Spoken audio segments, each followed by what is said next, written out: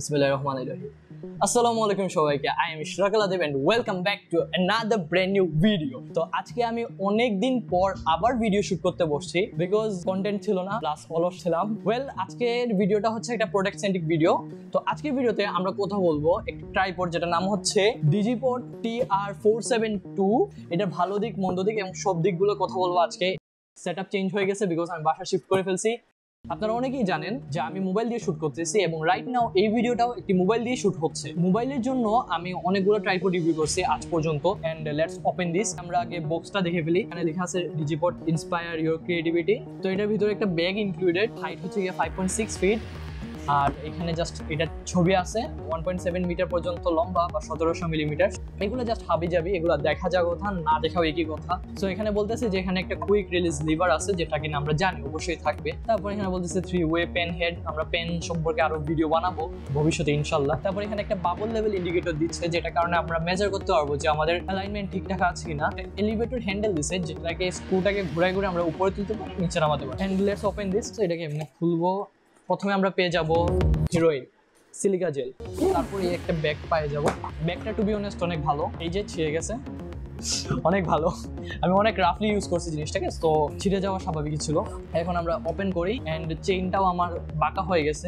জানি এটা বেশি দিন টেকার কথা না। এখানে কিন্তু কোনো মোবাইল মাউন্ট নাই যে আমরা মোবাইল অ্যাটাচ করে আমরা ভিডিও করব, এই সুযোগ সুবিধা আমরা এখানে পাচ্ছি না। এই হচ্ছে কি আমাদের ট্রাইপড। এখানে একটা ব্র্যান্ডিং দেওয়া আছে Digipod 472। এই যে লিভারটাকে একটু স্ক্রু করি বাম দিক দিয়ে, তারপর আমরা এটাকে তুলতে পারবো। অনেকটা হেভি, এটা ওয়েট বলা যায় 1.5 কেজির মতো। এখানে একটা হ্যান্ডেল দেওয়া আছে যেটার কারণে অনেকটা স্টেবল শট নেওয়া যায় মাঝে মাঝে। এখানে এই যে লকগুলা এটা অনেক শক্ত এবং এটা অনেক হার্ড। পুশ করে আমরা এটাকে 3টা পার্টে পাচ্ছি, first one, second one, third one. তারপর আরেকটা পার্ট আছে সেটা হচ্ছে এইখানে এই স্ক্রুটাকে আমরা আমাদের আনস্ক্রু করতে হবে। এটাকে আনস্ক্রু করে এখানে একটা লিভার আছে, এই লিভারটাকে তুলে ফেলে আমরা যদি এটাকে রাইট ডিরেকশনে ঘুরাই তাহলে আরেকটা পার্ট বাইরে হয়ে যায়। আমি এত কষ্ট করি না, আমি এবার ধরি তারপর লিভার টানবে। তারপর এখানে আরেকটা লিভার আছে চাকতির মতো যেটা অ্যাকচুয়ালি লক টাইপ। এটা কিন্তু এখন লক, আনলক করে দিলাম, এখন মানে ফ্রিলি ঘুরতেছে আর কি। নিচে যথারীতি একটা হুক দেওয়া আছে যাতে ভারী জিনিসপত্র রেখে ওটাকে আরেকটু স্টেবল করা যায়। তো এখন আমরা কথা বলি পেন হেড গুলা নিয়ে। তো এখানে সবার আগে আসবে এই স্ক্রুখানা। এটার প্রশংসা আমার করতেই হবে, এটা খুবই স্মুথ। হ্যান্ডেল বারটায় আমি রাবার লাগিয়ে স্মুথলি পেন শট গুলা নিতে পারতেছিলাম। এই হ্যান্ডেল বারটাকে আনস্ক্রু করে আমি অনেক ভালোভাবে উপর নিচ ডান বাম এগুলা নিতে পারতেছিলাম। আর উপর নিচের জন্য একটু আটকে আটকে আসে, টেকনিক্যাল ইস্যু থাকলে আমাদের কষ্টই বেশি করতে হবে। সো তারপর এখানে একটা হেড আছে যেটা রেয়ারলি ইউজ করি আমরা, সেটা হচ্ছে এটাকে রিলিজ করার পর সম্পূর্ণটাকে এভাবে তুলে দেওয়া। তো এখন আমরা কথা বলি কুইক রিলিজ লিভারটা নিয়ে। এই পোর্শনটায় যদি আমি ক্লিক করি তাহলে সাথে সাথে এটা খুলে আসে। এই ক্ষেত্রে একটা সুবিধা কি, এটাকে আমরা ঘুরিয়ে ঘুরিয়ে ক্যামেরার যে ট্রাইপড মাউন্টটা ওইখানের মধ্যে লাগাই দিলাম। তারপর যখনই আমাদের মনে করেন যে ক্যামেরাকে ট্রাইপড থেকে হাতে নিতে হবে, সাথে সাথে আমরা কুইক রিলিজ লিভারটা খুলে আমরা হাতে নিলাম, তারপর শুট করলাম, আবার প্রয়োজন হলে আবার ট্রাইপডে লাগাই দিলাম। এই যে জায়গাটা এটা খুলে পড়ে না, এই পাইপটা মানে মাঝখানে এই পাইপটাকে আমি অনেক ট্রাই করছি বাট এটা খুলতে পারি না। বাট এটা কিন্তু প্লাস্টিক, এগুলো হচ্ছে অ্যালয়। এখন আমি বলবো ইউজার এক্সপিরিয়েন্স। আমি এই কয়েকদিন যে আমি ইউজ করলাম জিনিসটাকে, এই কয়েকদিন বলতে আমি মোটামুটি 1 মাস ধরে এটাকে ইউজ করতেছি। এটাকে নিয়ে আমি 5-7 দিন শ্রীমঙ্গলে ঘোরাঘুরি করছি, অনেকগুলো ছবি তুলছি, অনেকগুলো ভিডিও করছি। এটা যেহেতু ভারীও আছে তাই আমি এটাকে জাস্ট রেখে আমি সরে যেতে পারি, দমকা বাতাস সেটা সরে যায় না, একটু কিছু হয়ে গেলে পড়ে যায় না।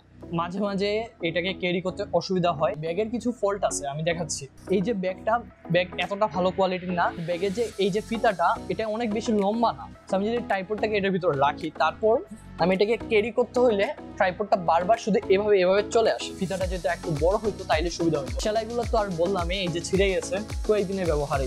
দিনের পর দিন ব্যবহার করতে হলে আমাদের অন্য ব্যবস্থা করতে হবে বা অন্য ব্যাগ ইউজ করতে হবে। অ্যান্ড আফটার অল আমি যা বলবো, এটা দিয়ে কাজ চালানোর মতো কাজ অবশ্যই চলবে। আমার এক্সপিরিয়েন্স থেকে বলতে পারি যে আমি ভালোভাবে শুরু করতে পারতেছি। ইউটিউব ভিডিওর জন্য যদি আপনি নিতে চান তাহলে এটা অনেক ভালো হবে। অ্যান্ড জুম ক্লাস এগুলোর জন্য তো আরো ভালো হবে। ধরেন আপনি মাইক ইউজ করতেছেন সাথে, তো মাইক ইউজে হঠাৎ হেঁচকা টান পড়লো, পলকা কোনো ট্রাইপড হয়ে গেলে কিন্তু এটা পড়ে যাবে, বাট এটা পড়বে না। So this is a very good tripod for 2K budget. এটা অ্যাকচুয়ালি 2K কস্টও করে না, ম্যাক্সিমাম টাইম এটা 1.5K অথবা 1.7 এরকমই কস্ট করে। আমি স্যাটিসফাইড, আমি গত 1 মাস ধরে এটাকে ইউজ করতেছি and I am just loving it. So এই ছিল আমার এক্সপিরিয়েন্স Digipod TR472 নিয়ে। আশা করি আপনাদের এটার ভালো দিক খারাপ দিক বলতে পারছি।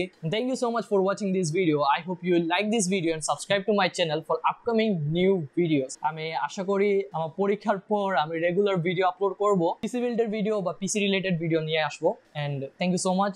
C you in the next video. আসসালামু আলাইকুম।